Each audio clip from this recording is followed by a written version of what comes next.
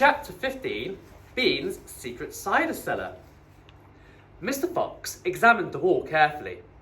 He saw that the cement between the bricks was old and crumbly. So, he loosened the brick without much trouble and pulled it away. Suddenly, out from the hole where the brick had been, there popped a small, sharp face with whiskers. Go away! It snapped. You can't come in here! It's private! Good Lord, said Badger. It's Rat! You saucy beast, said Mr. Fox. I should have guessed we'd find you down here somewhere. Go away! Shrieked Rat. Go on, beat it! This is my private pitch! Shut up, said Mr. Fox. I will not shut up! Shrieked Rat. This is my place! I got here first! Mr. Fox gave a brilliant smile, flashing his white teeth. My dear Rat, he said softly, I am a hungry fellow, and if you don't hop it quickly, I shall eat you up in one gulp. That did it. Rat popped back, fast out of sight.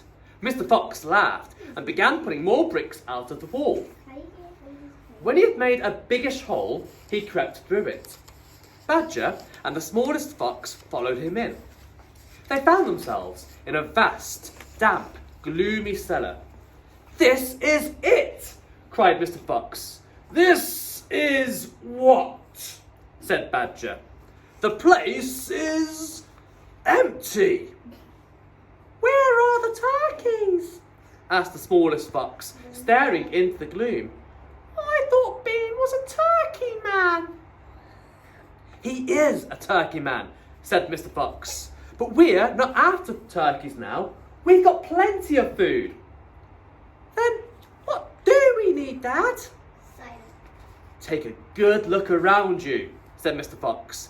Don't you see anything that interests you?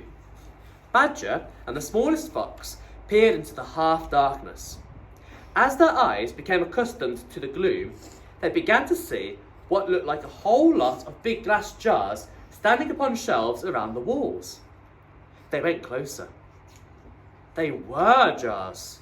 There were hundreds of them, and upon each one was written the word cider. The smallest fox leaped high in the air. Oh, Dad! He cried out. Look what we found! It's cider! Exactly, said Mr. Fox. Tremendous, shouted Badger. Bean's secret cider cellar, said Mr. Fox. But go carefully, my dears. Don't make a noise. This cellar is right underneath the farmhouse itself. Cider, said Badger, is especially good for badgers. We take it as medicine, you see.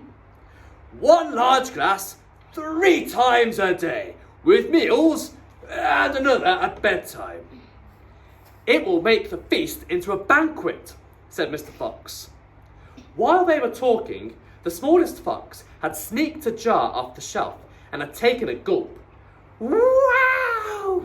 He gasped. Wow-wee! You must understand that this was not the ordinary weak fizzy cider one buys in a store. It was the real stuff, a home-brewed fiery liqueur that burned in your throat and boiled in your stomach. Ah, said the smallest fox. This is some cider. That's quite enough of that, said Mr. Fox, grabbing the jar and putting it to his own lips. He took a tremendous gulp. It's miraculous, he whispered, fighting for breath. It's fabulous. It's beautiful. It's my turn, said Badger, taking the jar and tilting his head well back. The cider gurgled and bubbled down his throat. It's like melted gold, he gasped. Oh, Foxy, it's like drinking sunbeams and rainbows. You're poaching! Shrieked Rat. Put that down at once! There'll be none left for me! Rat was perched upon the highest shelf in the cellar, peering out from behind a huge jar. There was a small rubber tube inserted into the neck of the jar, and Rat was using this tube to suck out the cider. "You're drunk," said Mr. Fox. Mind your own business, Shrieked Rat. and if you great clumsy brutes come messing about in here, we'll all be caught. Get out and leave me to sip my cider in peace. At that moment, they heard a woman's voice calling out in the house above them. Hurry up and get that cider, Mabel. The voice called. Yeah, you know, Mr. Bean doesn't like to be kept waiting, especially when he's been out all night in a tent. The animals froze. They stayed absolutely still. Their ears pricked, their bodies tense. Then, they heard the sound of a door being opened. The door was at the top of a flight of stone steps leading down from the house into the cellar. And now, someone was starting to come down those steps. The end of chapter 15.